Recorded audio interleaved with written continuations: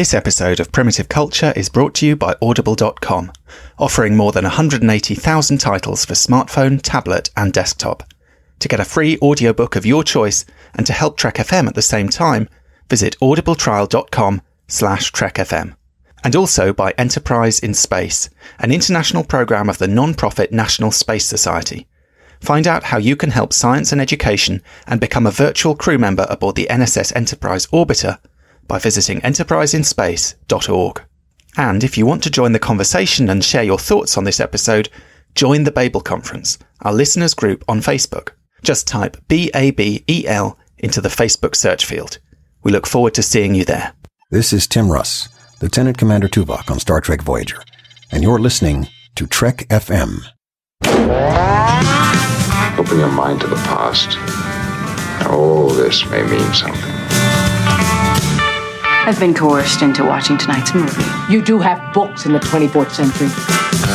It's a primitive culture. I'm just trying to blend in. Some people think the future means the end of history. We haven't run out of history quite yet.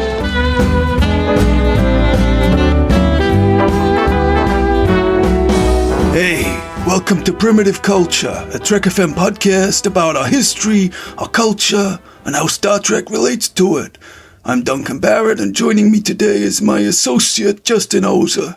Hey, Justin, how are you? Doing great. You can't expect me to do such an amazing accent as you just did, Duncan. I did not expect that at all. Well, I've been watching Mickey Blue Eyes for reference here. You know, I see myself as the Hugh Grant in this role.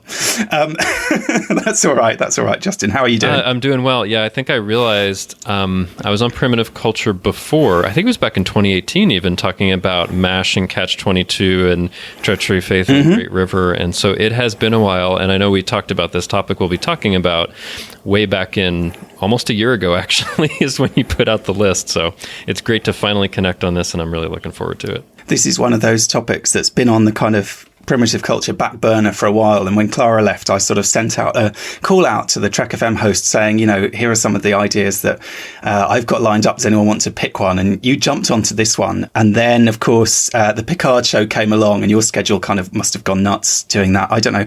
I mean, I do one of these once a fortnight. I don't know how you were doing that weekly show and recording for like long sessions and editing and everything. Well, and it was two weekly shows. I was doing Earl Grey for TNG and then The Line for Picard. So every week I'd have both of them, and sometimes I'd be editing one or the. It was insane, Duncan. And then my work kind of got crazy. So actually, not long after that, I ended up leaving Earl Grey. Not because I didn't love it. I loved doing it, but I just couldn't accommodate it in my schedule with work. I mean, yeah. So now I do one, and it's not every week since Picard's not on the air, so it's become much more manageable. Yeah. But yeah, that was that time period when I was doing both, and I was having to rewatch the episodes and take notes for Picard was insane. I bet. I can imagine. Well, we're not here to talk about Picard today. Anyway, we're talking about DS9 again. Second time having you on the show. Second time talking about DS9. And as my dubious impression may have hinted, I don't know. We're talking about the episode Badda-Bing, Badda-Bang, which is an episode. I don't know about you. I love this episode, but I was interested to look at it. Oh, good. I think it's a real gem. In fact, Duncan, at one point, this was my favorite episode in Star Trek. Oh, wow. Okay. Well, that is high praise. High praise indeed. But the element of it I was interested in looking at is the link between this episode and the 1960 film Ocean's 11, which was, for anyone who's seen the more recent version of Ocean's 11, was obviously the influence, the inspiration for those movies. The original starred Frank Sinatra. The sort of basic gist of it, I suppose, is fairly similar to the first of the modern Ocean's film. You know, it's about a group of criminals who try to rip off a casino, or several casinos, actually. They go after 5 casinos, I think, in the original film. Yeah, I'd never seen Ocean's 11, and when they said they were going to go after 5, I was like, that is really, really ambitious, guys. Yeah. It's kind of overkill. And to be honest, I found it slightly confusing because they're intercutting between scenes in these 5 different casinos, and the only way they manage to differentiate them is by having different, because it takes place over New Year's Eve, different sort of decorations for the New Year's Eve party in the different casinos. Yeah, and they have the sign for each of the casinos. I mean, to be honest, I'd never seen Ocean's 11 before, which is surprising because I like a lot of movies from like the 30s to the 60s, but I'd never happened to see it before.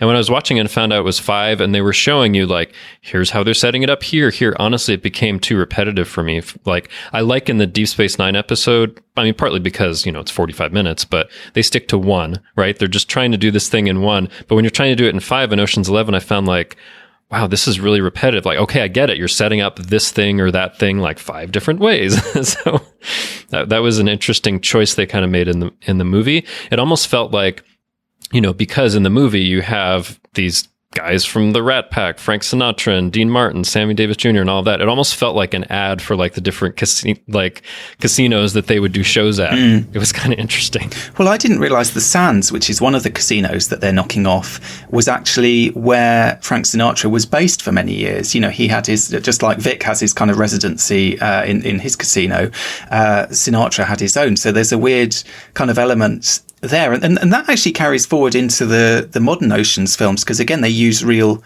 casinos, I think, which I find strange. They don't invent sort of fictional ones, but they're actually fictionally knocking off these real places. It kind of adds an extra, I don't know, it sort of adds an extra element of danger to it somehow, the fact that these are real businesses that they're swindling one way or another. Yeah, and one thing, like, so when I was thinking about this as well, I don't know the kinds of topics that you want to talk about for these, but like I found there were some interesting connections between the movie and between Badda-Bing, Badda-Bang, which is clearly influenced by Ocean's 11. So, I mean, I guess just as an example, Frank Sinatra is a big part of Ocean's 11, and originally for Vic, they wanted Frank Sinatra Jr. to be part of that, right? And it ended up becoming James Darren instead.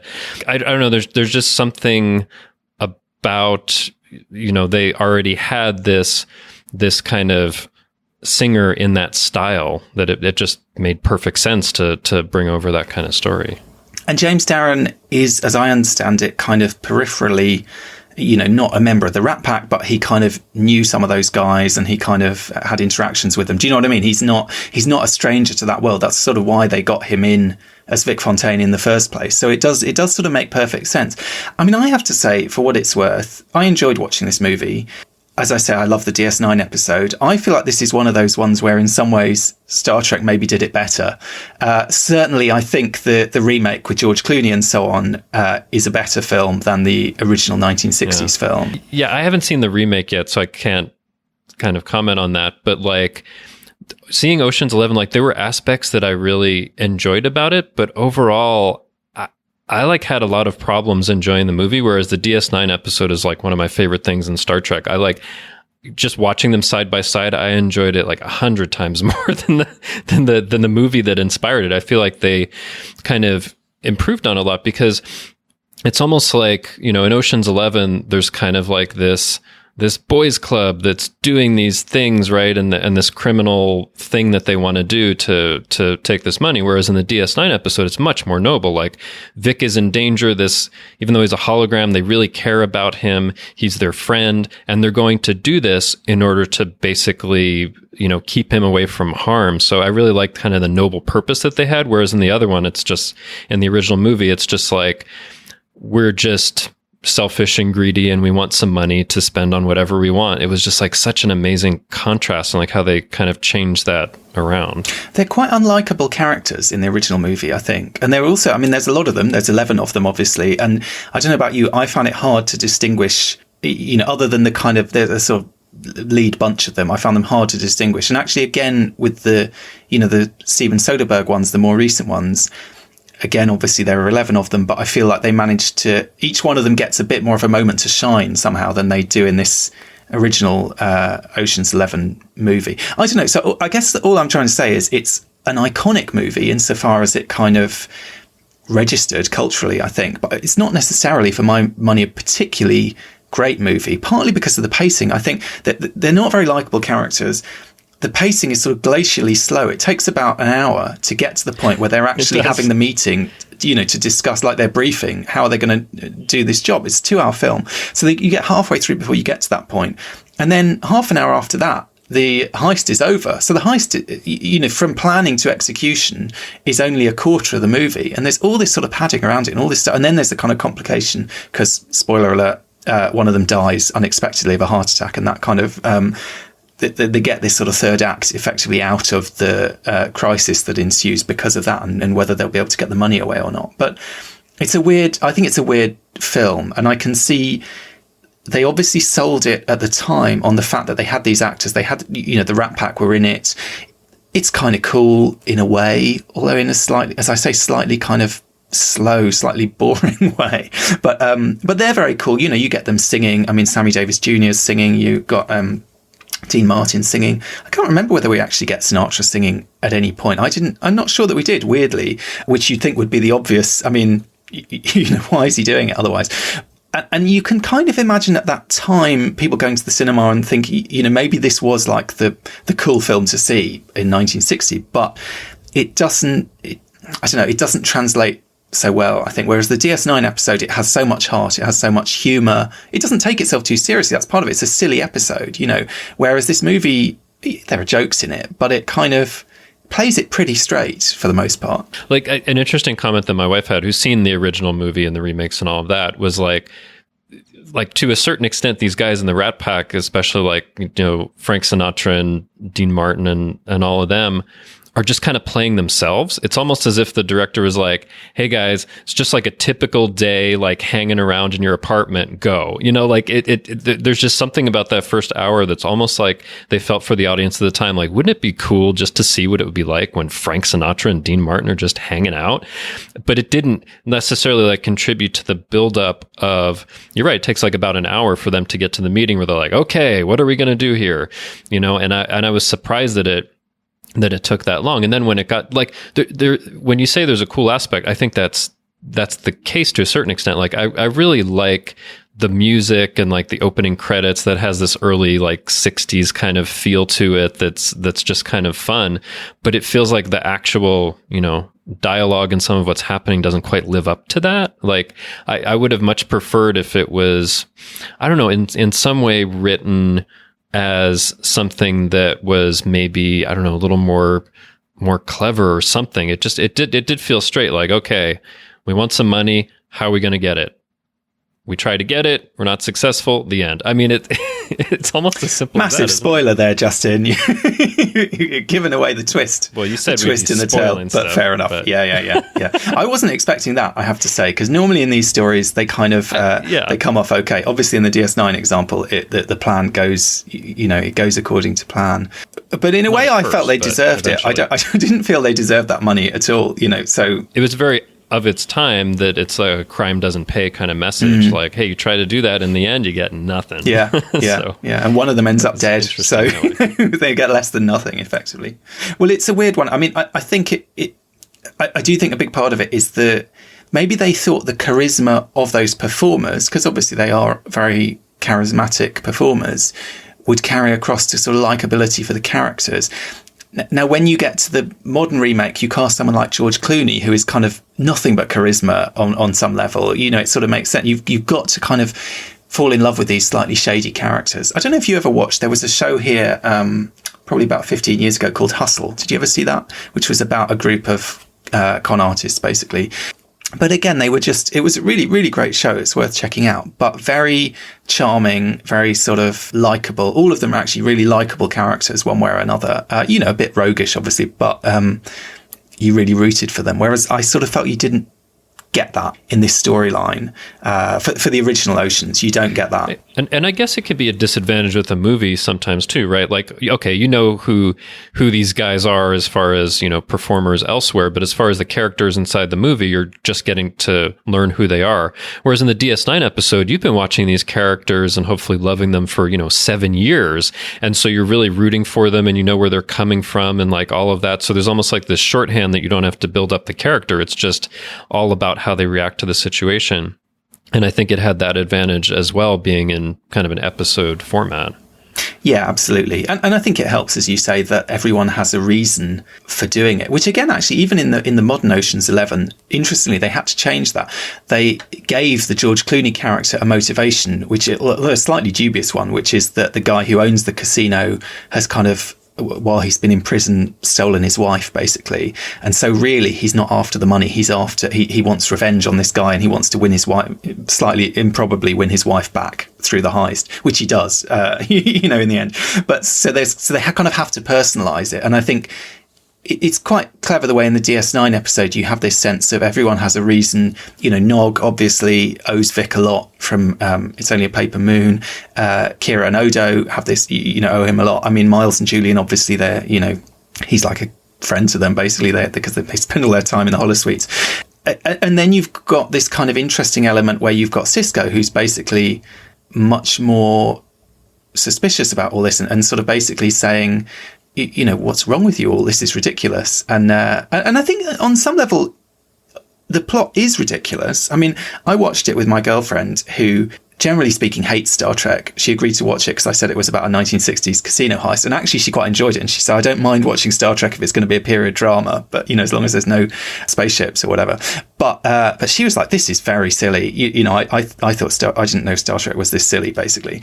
So, and I think it's kind of baked into it that you've got Cisco acknowledging how silly it is for the first 10 minutes of the episode or whatever. And I think Ira Stephen Bear said he kind of partly put that in because he was aware there were DS9 fans who didn't like Vic. I mean, I've always loved Vic. I think he's a great character, but I've loved Vic some too, people hate him. Some people really, it doesn't work for them. They think it's too cheesy or whatever. And that he almost put that in, partly for the social commentary that we get, but also just to have someone basically saying, you're all nuts. What are you doing? This is a computer game. Well, Cisco also, he also has a big problem because he says, okay, in that time there was segregation and someone like me wouldn't be able to do this thing that you're talking about. And he has to kind of get over that, which is kind of an interesting thing because, it's true. And I think it's underappreciated sometimes that in the United States there was, segregation outside of the South and for, quite well into the, 50s and 60s in some places. But I think that actually by the period, he says it's 1962, I think it may have been starting to come to an end. I think partly, if I remember right, from the influence of Frank Sinatra, who at a certain point, I think, refused to play there if they didn't end segregation, something like that. I need to look up the history, but interestingly, and that's one of the things I love about DS9, they're acknowledging that there was something in the past history that you have to be aware of, Far Beyond the Stars is probably the best example, being aware of, the pain of discrimination and racism. And he's kind of yeah, but I don't want to, contribute to something that's not the way that it was. But, he eventually gets convinced because it's well, shouldn't we see something the way it should have been, so he eventually gets into it. And I really like that. But it is interesting in terms of they have to convince Cisco and there are these different motivations. Whereas in the original movie, somehow it's just well, we're just all about the money. And I thought when I was watching it, it was a little odd because in the original movie, there were these guys who are part of the 82nd Airborne Division and, presumably played some kind of heroic role in World War II. And here they are 15 years later, just out to get a bunch of cash. That seemed like a disconnect to me. That seemed almost like an odd message for them to put in a movie, especially that time. I don't know what you thought about that, but there's always been when I watched it, there was this disconnect. These guys are supposed to be heroic, participating in World War II, and they're doing this amoral thing just for the money, There's a kind of cynicism to that, certainly. I mean, I don't have a problem with that so much because I think, they may well have been drafted. I mean, Sinatra, I think, by the sounds of it, kind of dodged the draft one way or another, or at least that was an allegation that was leveled at him. He should have been out fighting that war and he wasn't, possibly. They may not have necessarily signed up because they were noble, patriotic, do you know what I mean? And they were forced to do that. They were a crack team. They were obviously good at it. And you've got this interesting connection, I think, with the DS9 as well, that, this is a group of, one of the reasons this is kind of a silly episode is because it's in the midst of this war arc. We have these guys who are, the whole storyline with Nog and Vic before was about, an injury that he sustained in the war. DS9 is doing this, and this is their kind of last hurrah before, because this was filmed, although it was aired before Into Armour Enim Silent Legis, it was designed to be, it was filmed after it, and it was designed to be the final episode before that last stretch, basically. Hence the song at the end, The Best Is Yet to Come, it being a kind of tease for just wait and see what this storyline is we've got coming around the corner. I love that. Actually, that song at the end, that's one of my favorite moments in Star Trek. Absolutely. It's just so wonderful, and you actually get to see Avery sing. But yeah, there is something that's interestingly this triumphant moment before it gets really, really serious and, this long 9-10 episode arc. And I think it is interesting that DS9 was able to do that during the Dominion War, that they would have things like Badda-Bing, Badda-Bang, Take Me Out to the Hollow Suite, that would just kind of, I don't know, take a different tonal direction or be, a bit of a relief from more serious things. And I really like that they do that, because I think, in anything like that, they're not going to be like in battle and at war like 24 hours a day, right? There are going to be times where they're just waiting to see what happens, waiting for their orders or whatever. And there'll be things that they do to use their time. So I really like that they put those things in there. And I'm really happy that they put this episode in here. I guess they didn't have to, but yeah, it was kind of like the last standalone, right? In DS9 before it all was completely connected, because you could not watch this episode and not really miss anything if you just skipped over it and went to the, Inner Arma or something like that. But yeah. And it's the same trick they pulled previously, if you think about it, because in the cards is the episode that this reminds me of in some ways, which we talked about last time, which again was the last episode before you went into that big war arc at the end of season 5, the start of season 6. So it's almost like both times they have a big bit of sort of epic serialized war storytelling. We get beforehand this little light comedy. This is a comedy, but also just these episodes where the stakes are peculiarly low. So in the cards, the stakes are literally, does someone get their teddy bear back, or do they get a baseball card or whatever? Yeah, exactly. It's trivial. In this episode, other than for Vic, who I suppose it depends, how seriously you take Vic's existence and so on. And maybe we do. I mean, there is real threat to Vic. But I take it very seriously. Fair enough. But in terms of anyone else, there is no, I mean, apart from poor old O'Brien, who gets strip searched as part of the heist. Oh, but, God, I'd forgotten about that until I saw it. It's the kind of O'Brien must suffer, even in the holodeck caper. But really, the stakes are fantastically low, and yet it doesn't matter, because there's tension, there's kind of suspense, there's, within its own terms, the story, actually, I mean, as I say, my girlfriend watching it, she was kind of biting her nails. She was saying, this is really tense. I want to know, are they going to do it or not? So they managed to get all of that, despite the fact that really it's just a game, and it really, it doesn't matter compared to the stuff, the very next episode, as it would have been, launching into that final arc. They couldn't be more different in terms of the kind of real world, in quote marks, stakes of the story. But yet, that's one of the great things about DS9. They managed to make both those things work so successfully. Yeah, I completely agree. And even with the aired order, I mean, Badda-Bing, Badda-Bang couldn't be more different than Inner Arma, which is, this kind of a bit of a tense kind of spy thriller that you get before the big arc. So it is something that's quite different, but I do love that they did that, because it just always makes me so happy to watch the episode, because everything that they've been through, right? And they're able to kind of work together despite things not working out and them having to improvise, that they get the victory. It is very much like in the cards that way. Like they get this small victory that really helps to kind of bolster their spirits and take a break from things. And it's perfect, because that's how life is sometimes. Like, it's not serious stuff like all the time, right? There are serious things that can happen for long stretches, but there are also other things that you can enjoy or laugh at or whatever. So it feels very realistic that way to me. And the small victories are important. I mean, they're important for morale, aside from anything else. I was interested when you said, Sisko has to get over himself. He kind of has to, or get over this issue. It struck me watching it, I wonder, what is it that changes his mind? Is it that he thinks, oh, maybe I'm being a bit pompous and taking this a bit too seriously, which, it may be. Or is it that he realizes that this means something to all these people that he cares about and who he's responsible for and whose morale is important and is part of his job, and that ultimately part of being a good leader entails recognizing, okay, these guys are all wrapped up in this idiotic game. They want me to play it with them. Picard famously, it took him 7 seasons to get around that poker table. Sisko, it seems to take, one kind of moody evening, thinking on it. And then he's like, okay, fine, I'm here, and then he's sort of throwing himself into it. And it certainly seems like he's enjoying it, but, even down to the song at the end. But equally, is it that I think he is enjoying it? Definitely, I think Avery Brooks plays it that he's enjoying it by that point. But it also strikes me maybe there's an element that he's doing it for them because it's what they want, and they kind of need him to be there and to show up and to fulfill that role and to show that he's validating their, potentially slightly silly hobby. Yeah, I think there may be some element to that. Like, all right, everybody's into this. Maybe this will help, so I'll go along with it. Or maybe it's just like, I guess if everybody's going to do it, I might as well be there just to help out or to make sure things don't go wrong or whatever. I don't know. And I was also trying to think, like, when you get to this episode, what kind of mood is Sisko in?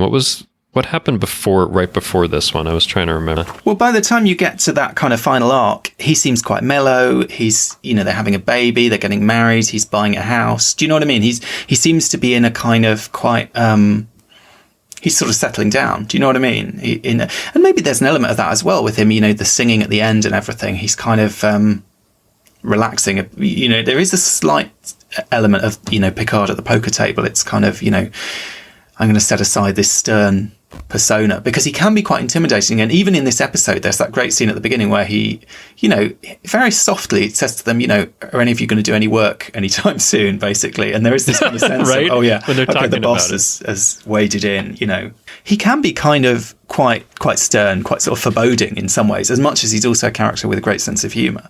And I think it's quite nice that we see Sisko go on that whole journey, and that, even in this one episode, from the most kind of cool, and he's not sort of cool and aloof the way Picard can be, but he's kind of, he can be a bit sort of strict, do you know what I mean, and a bit stern. And I think we see that at the beginning, and then obviously he really kind of lets his hair down, and by the end he's seemingly having a great old time. I think it's an interesting point, because I think Sisko is one of my favorites of the lead characters from the different Star Trek series.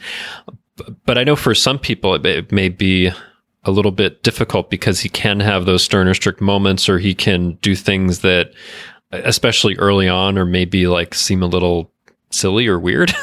but I think part of that is, of course, I've seen an interview with Avery Brooks. He's an unusual kind of person, the way that he talks about things and the way that he thinks about things.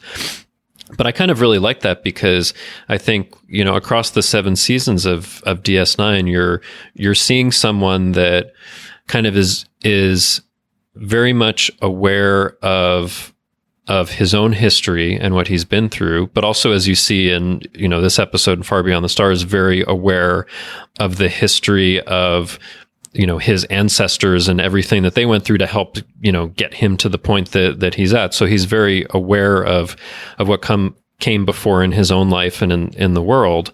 But he's also someone that is kind of aware of his own duty as a Starfleet officer, and sometimes struggles with that, especially at the beginning of DS9.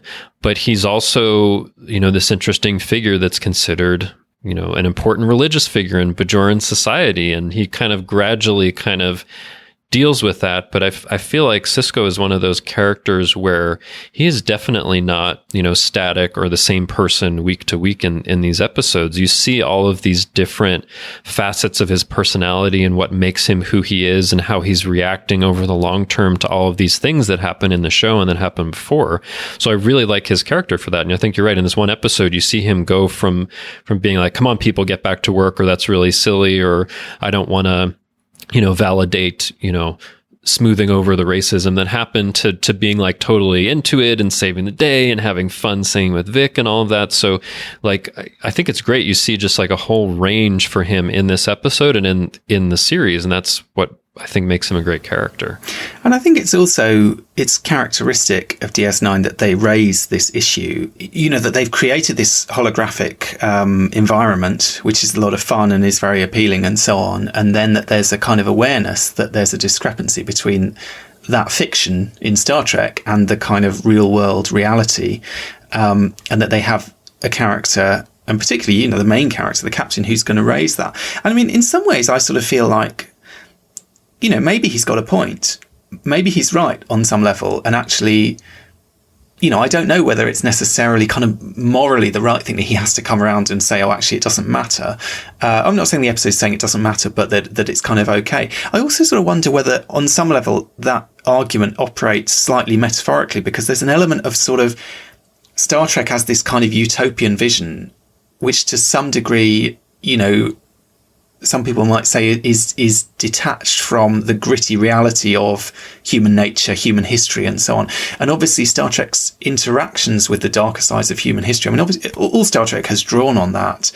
DS9 probably drew on it more than any other show, and DS9 was the show that was willing to show the darker side, to kind of chip away at the idealism, to kind of say, actually, things aren't maybe as great as, you know, as we've thought they were in the kind of Star Trek universe. And obviously with something like Picard, we're sort of seeing similar strands being picked up. I sort of wonder almost, is there an element of kind of Sisko is doing that analysis on VIX as a kind of entertainment product that DS9 is doing on Star Trek as an entertainment product, kind of saying, yes, all of that's very nice, but what about this? Do you know what I mean? What about this other stuff? And kind of actually the history of human beings is not one of purely noble aspirations and good deeds and all these sorts of things. There's kind of other stuff that we need to take. See, we can't divorce ourselves from that other stuff. We can't sort of say, oh yeah, okay, that's just the aliens who do these bad things. You know, so you think of an episode like Past Tense, which again, interestingly, is not explicitly about race, but has quite a strong subtext of race in it, because it's Sisko and Bashir who are the ones who are thrown into that environment. So it's the show that kind of, in some ways, I feel like Star Trek wanted to, you know, was incredibly progressive in the 1960s, you know, in terms of its sort of colour blindness, effectively, basically saying all these people work together, there are no issues, you know, even in Balance of Terror, Kirk saying, you know, leave your bigotry in your quarters. Basically, we don't do any of that. We don't talk about any of that. We move beyond all of that. But of course, in that episode, it is still there. It is still there. Yes, of course, it is still there. But DS9 is sort of saying, is always sort of questioning that utopianism and sort of saying, well, you know, let's not forget this stuff, and let's not pat ourselves on the back too much, and so on. So anyway, it just sort of struck me, that scene, maybe there's an element there of, just as Far Beyond the Stars on one level is kind of deconstructing Star Trek and this kind of vision of a utopian future coming from a less utopian time. You know, again, this episode is sort of doing the same thing in reverse in a way, but it's kind of shining a little bit of a light on that discrepancy somehow, that Star Trek is the world as we want it to be, but the people writing Star Trek and the people making Star Trek know that that's not, it's no good if it just feels cozy and it kind of makes us all feel better about things and we shut our eyes to the real world and what's going on in our real history at the same time. We kind of got to have both sides of that coin. Yeah, I think it's a really great point. I mean, and I think it's one of the reasons that DS9 remains my favorite Star Trek series, because I think they managed to have this balance of, there is the Federation, and within the Federation there are a lot of problems and a lot of things that have been worked out, but that doesn't mean that you don't have to struggle and fight for it. And that, you know, in something like the two-parter, like Homefront Paradise Lost, like within the Federation, there are these strains and struggles sometimes looking to go toward a darker purpose, and you have to keep fighting against those things. And also, you know, Deep Space Nine itself, because it's on this station that's outside of the Federation, you get to see more of kind of what happens out there, and it adds all of this complexity, which would naturally be there, right? I mean, just because they're Starfleet officers that are, you know, on this station doesn't mean they won't, you know, encounter these things or have to deal with these things. And I mean, of course, in all the other Star Trek shows that are based on a ship and they go out there and they meet aliens and they have to deal with this or that. But I feel like DS9 really shows, I think, like the complexity of things on a much wider scale. And that's what I really like about it, because like the utopia that you see, especially like in TNG, I think is something that we can definitely aspire to. But the important thing is aspiring to it and doing better and better, and not thinking like, okay, we've reached that and we're done, like that's the end, because it's just a constant like reassessment and struggle. And, you know, I think in every generation, we might look at things and say, they thought that was okay, but, you know, we've learned more and we think that we need to go this way. It's kind of a constant like reassessment and improvement process, ideally, and not just saying like it stops at a certain point, right? Certainly. And we see that even with Star Trek, you know, going back and looking at, say, 90s episodes where, you know, something that might have seemed quite progressive at the time, and then we go back and we look at it in a different way and think, well, actually, you know, with the sort of 20, 30 year hindsight, there are certain elements that maybe don't land the same now as they did back then, you know, that we're kind of aware of different things. I mean, I think also, frankly, Sisko does have a point about 1960s Las Vegas. And it's quite noticeable when you watch the original movie. And you know, this movie was it's not a coincidence that there are parallels between the episode and the movie. I mean, Ira Stephen Bear was very influenced by the movie and actually told the costume designer to go and got all of the writers, I think, as well. Basically got everyone to come and watch this movie before they did the episode.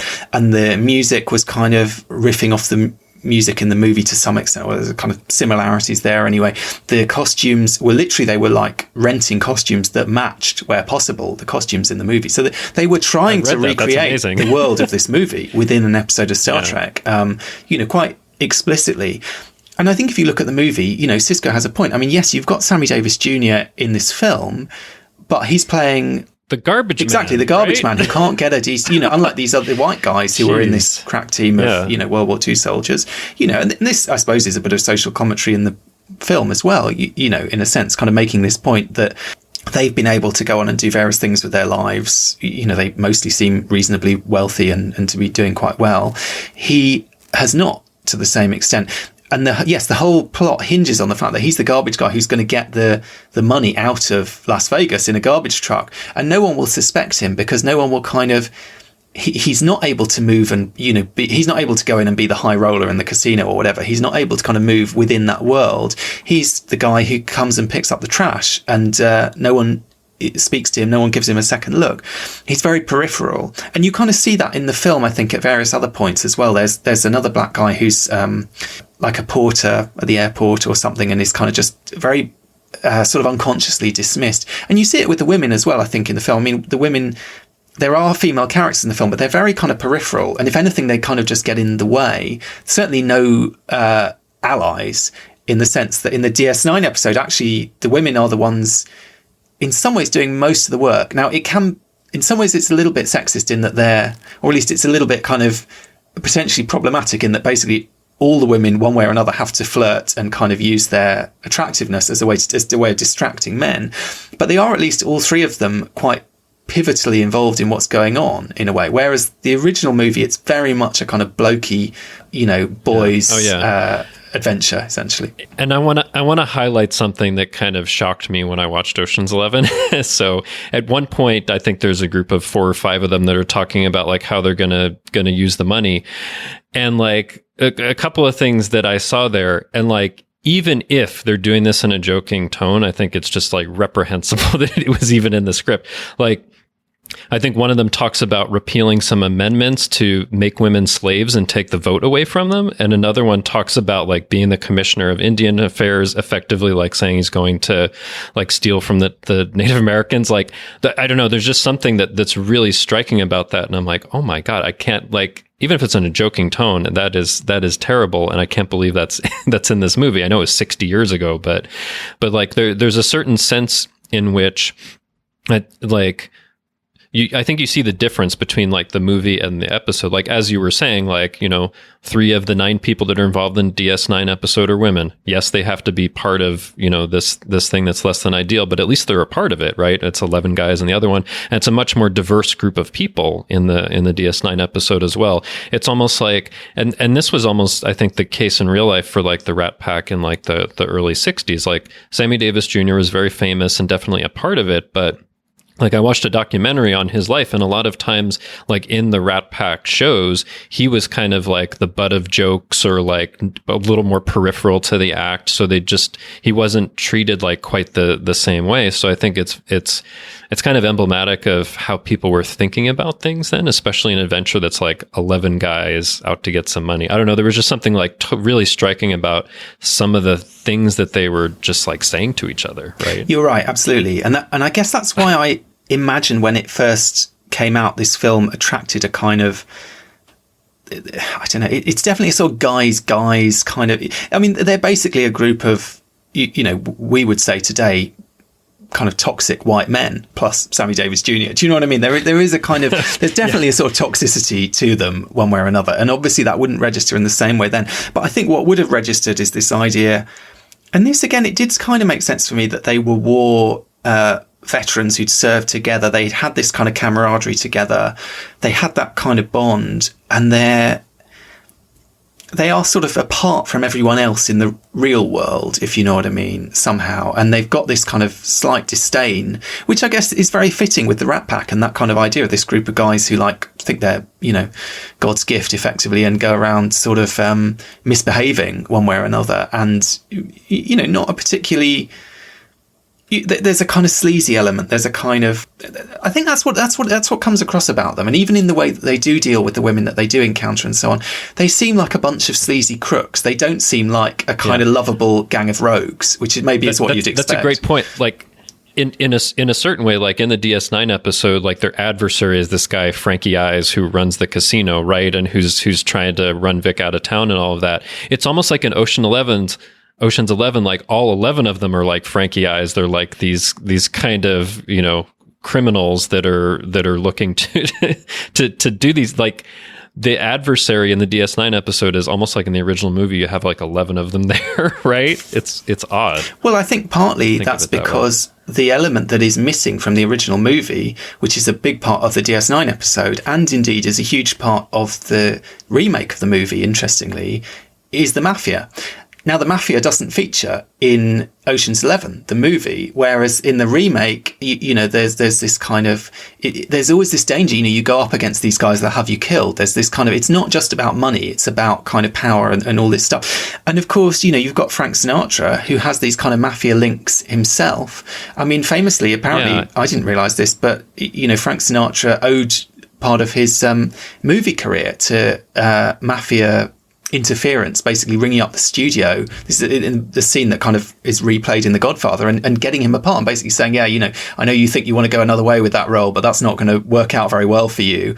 So Sinatra gets his movie role at the right moment. So you've got someone in this film who literally owes their career to some extent to mob interference. So they couldn't really say anything about it in the movie, right?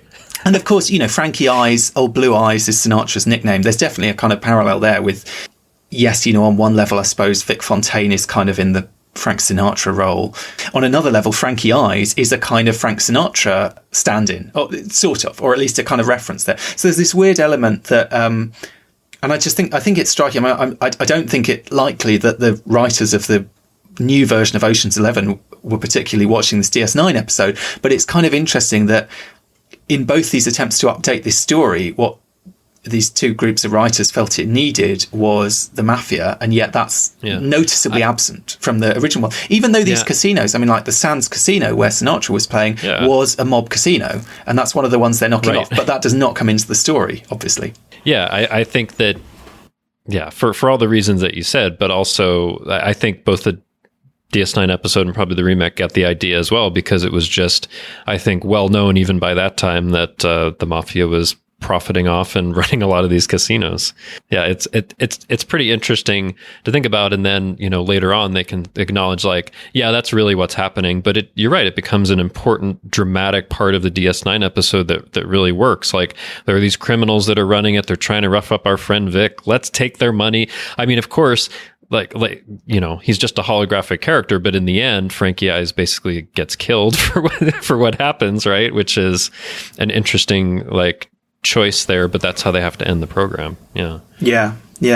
It's interesting, I suppose. The two threats to Vic really in this episode are the mob on one hand, and what goes along with it, sleaze, on the other, because what happens in that opening scene is, of course, his kind of wholesome crooning is replaced by these kind of sexy dancers, and there's this whole thing with Odo is entranced by the sexy dancers and so on, and even Esri's outfit as the waitress is kind of ridiculously sort of provocative waitress outfit that she would not have been she would not have been wearing had she worked in the kind of old version of Vic's Lounge. So again, there's this sort of weird sense that the Rat Pack is almost the threat in the DS9 episode. The Rat Pack ideals of, if you can call them ideals, the Rat Pack kind of associations of sort of mob influence plus sleaze are not part of the heroic element of the story. They're part of they get put on the side of the antagonists. They become part of the kind of they're part of what has to be sort of fought against. So there's a weird kind of element there where the story is sort of drawing on these different elements and and redeploying them slightly compared to where they came from originally. And of course, I mean, Ocean's 11 is a big influence on this episode, but, you know, so are innumerable mafia movies, hence my ropey impersonation at the beginning. You know, the guy who plays the mob boss, what's his name, Zito or Zemo or whatever it is, it just feels like a kind of sort of pastiche of a sort of mafia movie villain. Do you know what I mean? There's a kind of element of that, and the script for the DS9 episode is absolutely drawing on these things as well as the original movie. And not to mention, you know, our man Bashir and the kind of James Bond stuff. A lot of what Bashir is doing is kind of, you know, he even orders a martini at one point, stirred not shaken, I think, in this case. I don't know if you're aware of this, but the guy who played Zemo is Mark Lawrence, who is actually known for playing kind of gangster types in movies. There you go. So yeah. He's very much fitting for that role.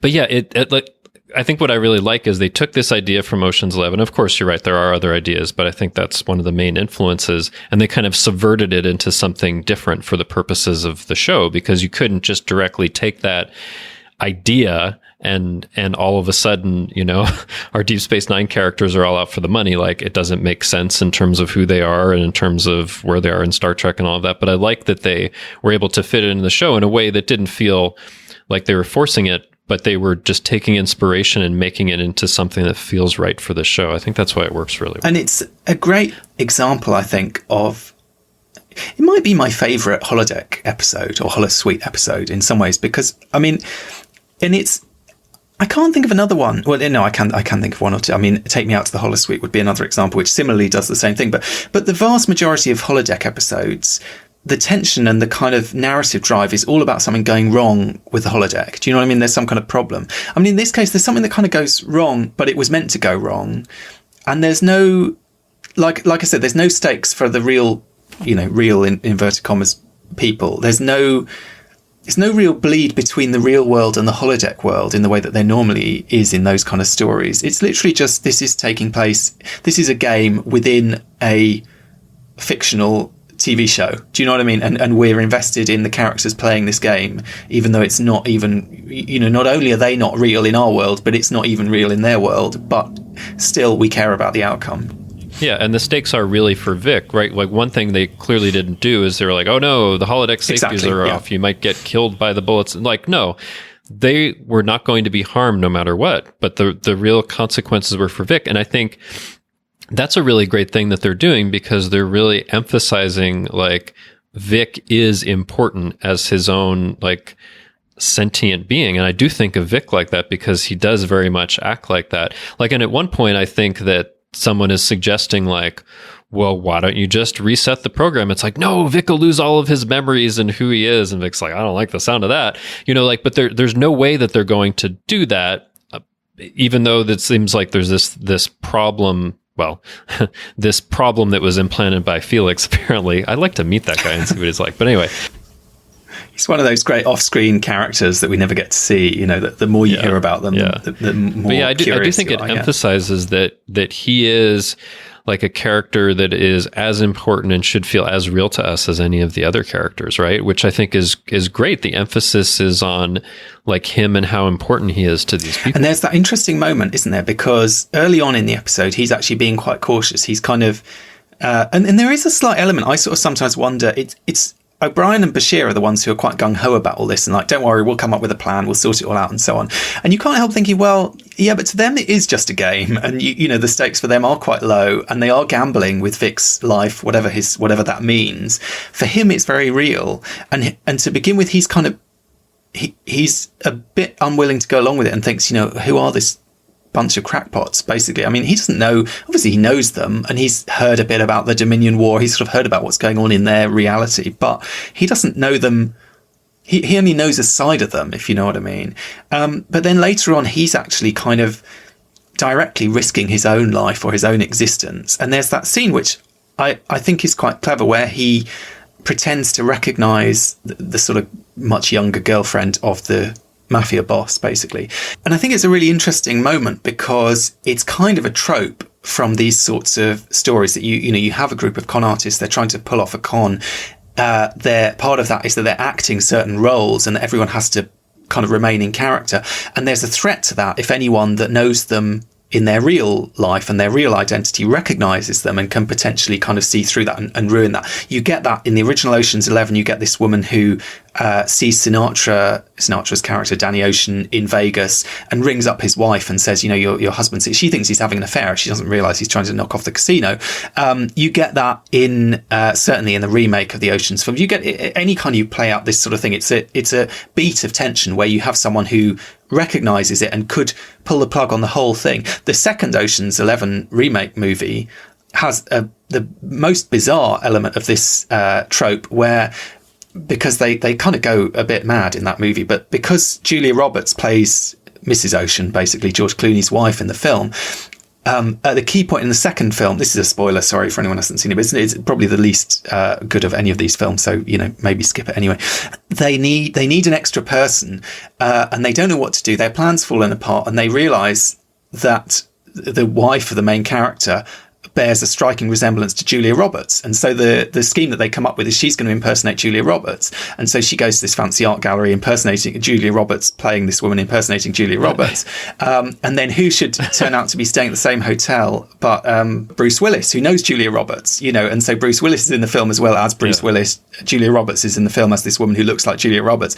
And so they're kind of making a joke of it, but they're making a joke of this trope of the tense moment where someone says, oh, hey, so-and-so, I haven't seen you in years. What the DS9 episode does is takes that trope but turns it on its head. So Vic does it deliberately. And he's making it up. He doesn't know this woman. He's never seen her before in his life. But he's exactly using that trope and inverting it to try to stall and to kind of buy them a little bit of extra time. But also he's, seriously risking his life in the process because he's, deliberately pissing off this mafia boss who could, easily have him taken out and shot, as indeed, it seems like that's what's about to happen in the kind of, in the final stretch of that episode. So it's a great way, I think, for the story to pick up on these kind of elements, these sort of generic elements, these elements that are in the original film and also in this kind of broader cultural landscape, but replay them in their own ways. But it also works as a kind of dramatic beat for Vic because it's the point where he kind of goes all in at that point. He sort of is really part of the scheme in a major way and the linchpin at that point of keeping the plan together at great risk to himself. Definitely. Yeah. I mean, I think it's a great episode because like each of the decisions I think that they make in the DS9 episode, like it makes sense within the context of what they're going for. And it's just something that works for each of the characters. I feel like whenever I watch this episode, like there's not a bad decision I feel like that they're making. They're just keeping it within this kind of lighter style, but there are really consequences for Vic, and they're doing things all together in a way that really makes sense for how they've kind of come together over the course of all these years. Well, for Esri, she's only been there for like half a year, but I like it because it just seems to make sense what they're doing. Nothing to me seems kind of forced in the way that they're doing. It's all working toward the plot, but even rewatching it, there's things that, I forgot about, like, Nog is going into the safe room or whatever because, the people are gone, and then Odo shapeshifts out of something like, oh yeah, I forgot about that, and like that's something that's unique to what DS9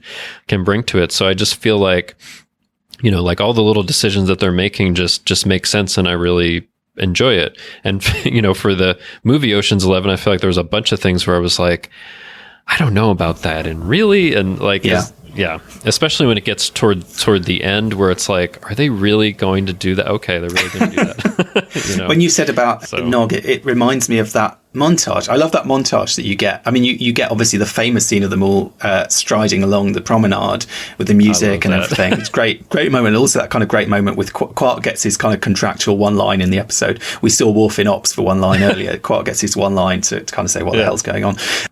I have to say they could have thrown in they could have thrown in Quark and Worf, and it could have been. I know. I don't know why they didn't. Right? Well, maybe they thought, but maybe the point is 11's too many, and they improved on the original by streamlining it a little bit. But I love that kind of montage where you get them all practicing. You've got Nod practicing his lock cracking. You've got Bashir practicing with his thing. Yeah. And then you get Cisco practicing rolling dice. And he's like getting really into it. And you're like, what? Yeah. Does this really, you know, I mean, has he spent, half an hour practicing how to roll dice? Is that something that, you know, is so alien? But you do get this sense once he gets into it, you know, into the actual playing of it, he's supposed to be this high roller. And Vic's basically saying to him, you're not spending enough money. You know, you should be spending $2,000, not $100 or whatever. And Cisco's clearly just thinking, I don't know about money. You know, this is just like, it's Monopoly it's like, money what? To me. Yeah. Who cares? And of course it is, because it's the holodeck, then, you know, the money isn't real.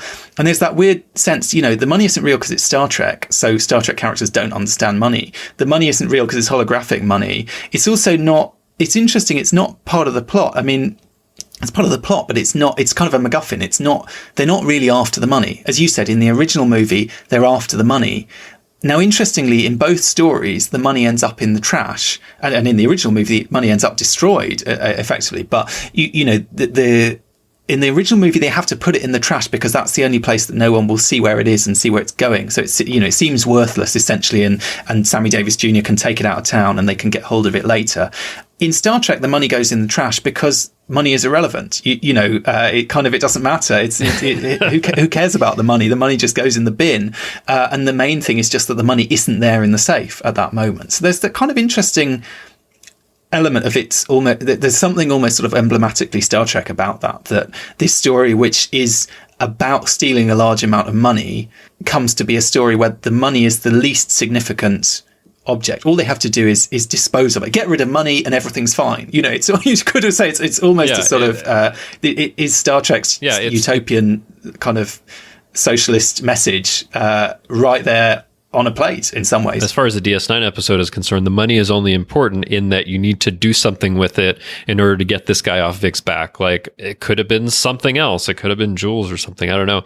But I mean, clearly, like, the money is very important for these holographic characters, right? It's important for Frankie Eyes and Zemo. And then there's this scene where, you know, Cisco throws up all the money as a distraction and everybody's like scrambling around to get it. So like, it's important within this, like, clearly artificial construct that doesn't matter. But I hadn't really thought about it. It is almost like saying, you know, as on so many levels, this money is just not important, right? To anybody, except the people that are going to disappear once everything's done. Right? It's a great episode. I love this episode. And I love the ending. I love the song at the end. I think it is. And Ira Steven Behr says, DS9 Companion has quite a lot on this episode, lots of great interviews. And one of them is he was basically saying he'd been trying for years to work out an excuse because they'd had like, you know, moments of Avery Brooks singing. He knew he had this great singing voice, and he was trying to think, you know, what storyline can we do where we can justify actually, you know, giving him a number, basically.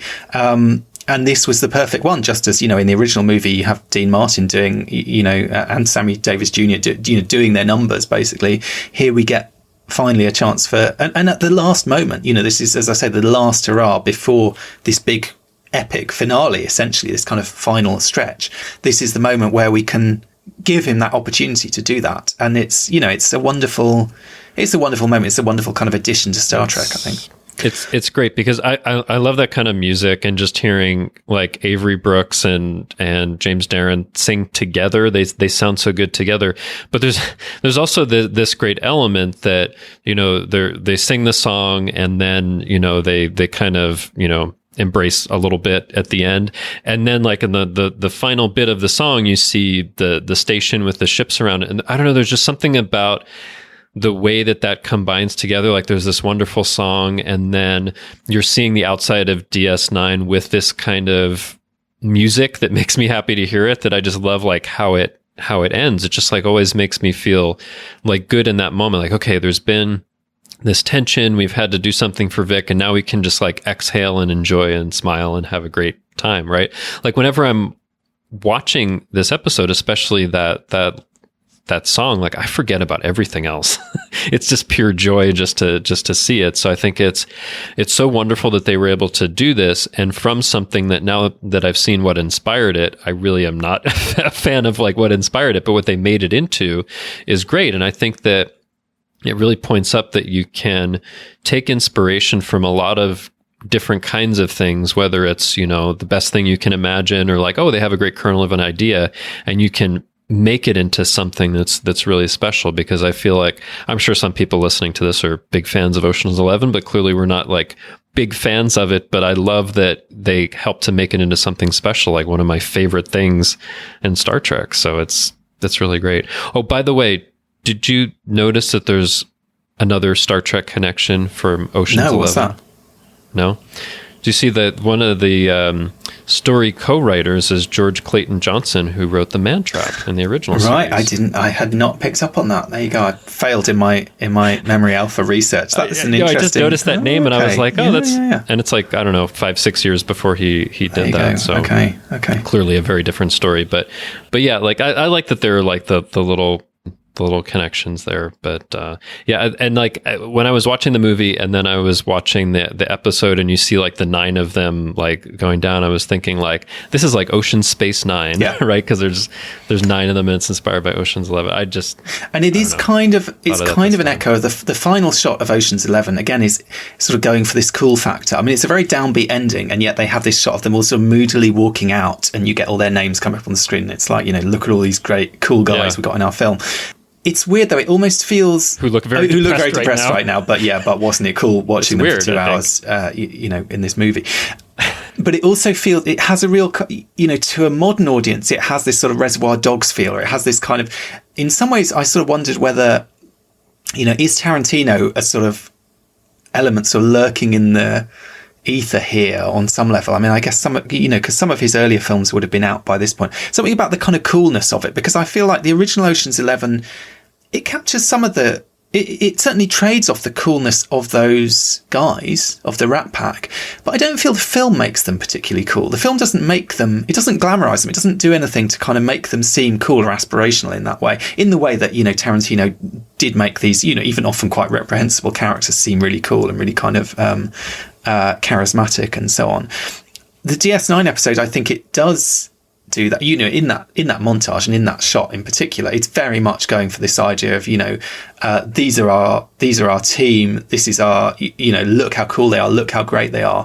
And you kind of see it in, the way that footage is used again, say in the DS9 documentary, they kind of, they use that, that's one of the bits that they remastered, because it is kind of iconic in its own right. And it has this real, it's sort of congratulatory in some ways, and I think they even use it again in What We Left Behind, don't they? They've that's one of the scenes that they kind of go back to in the montage, and it's so rare to see something like that where there's a lineup of so many characters. And of course, because it's Deep Space Nine, it's not like all of the main characters. There are more recurring characters that are here sometimes, like Nog, but just having like that lineup is like such an unusual thing, I think, for any show to like see it kind of in that way.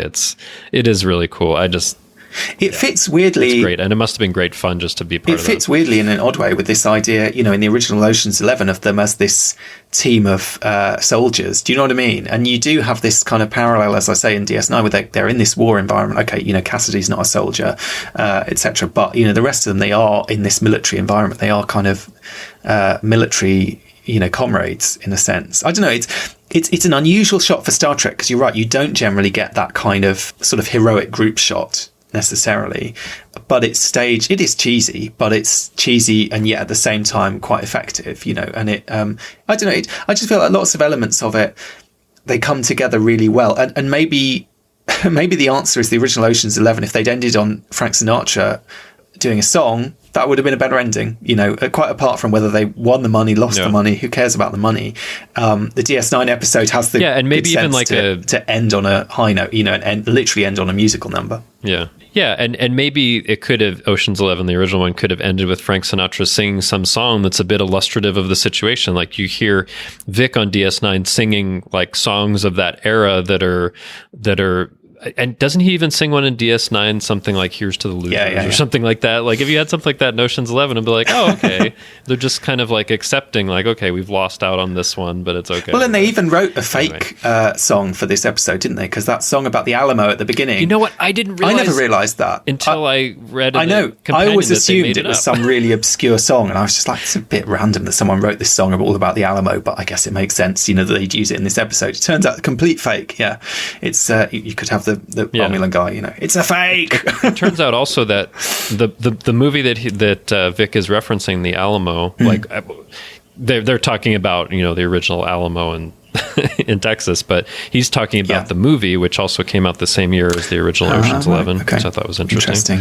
But like they actually wrote something for that, and I'm like, okay, that's cool. They didn't have to. Begs the question: did Vic, if Vic went to see the Alamo at the cinema, did he also go and see Ocean's 11? And if so, was Frank Sinatra a friend of his?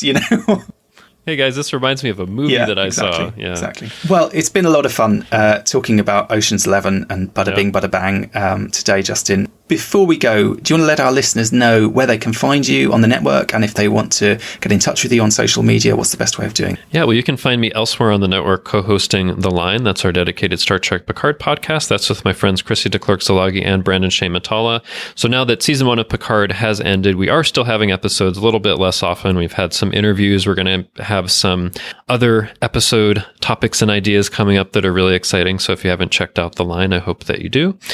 You can also find me on Twitter. I'm at TrekFan4747, where I tweet about nothing but Star Trek, and you can find me hanging around the Babel Conference on Facebook. Well, heists and capers are not the only thing we've been talking about on Trek FM this week, so here's a listen to what else you might have missed out on the network. Previously on Trek.fm, The Orb.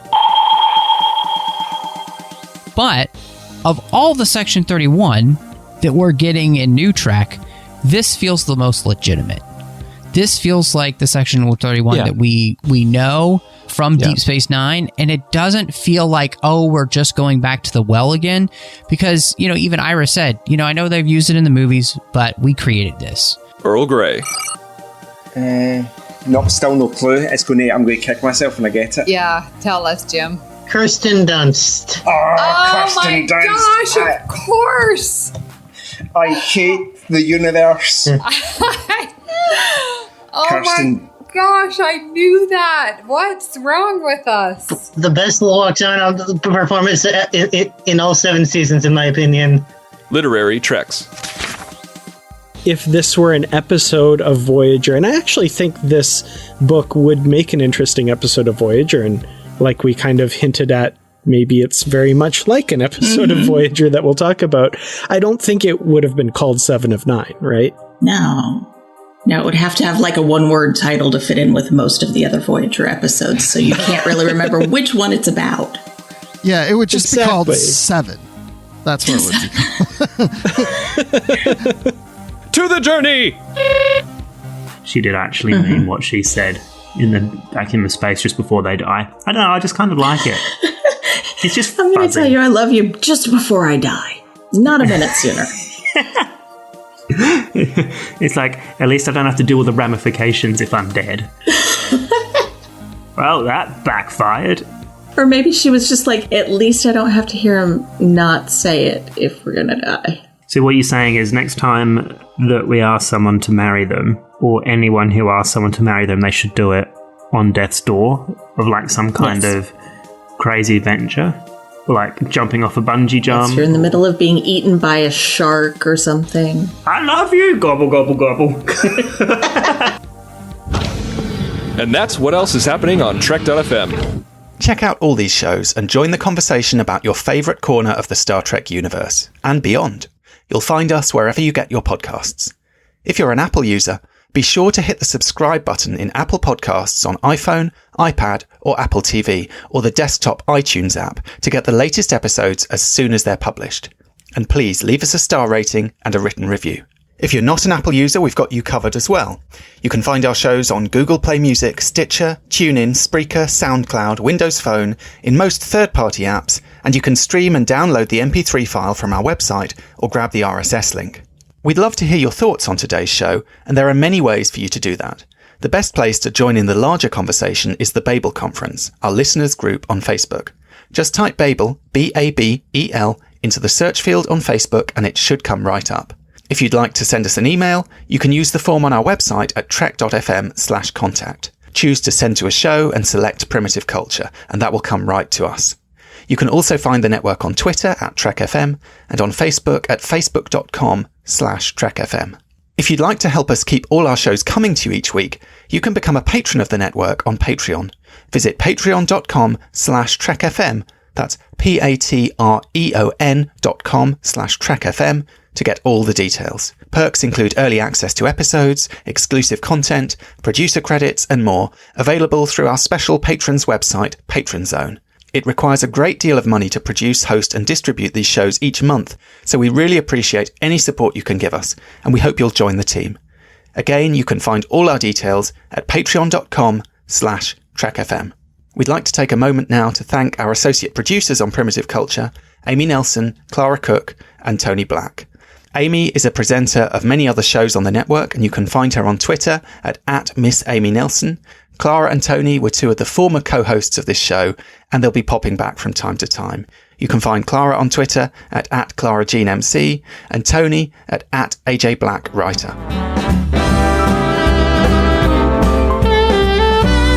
You can blend it all right.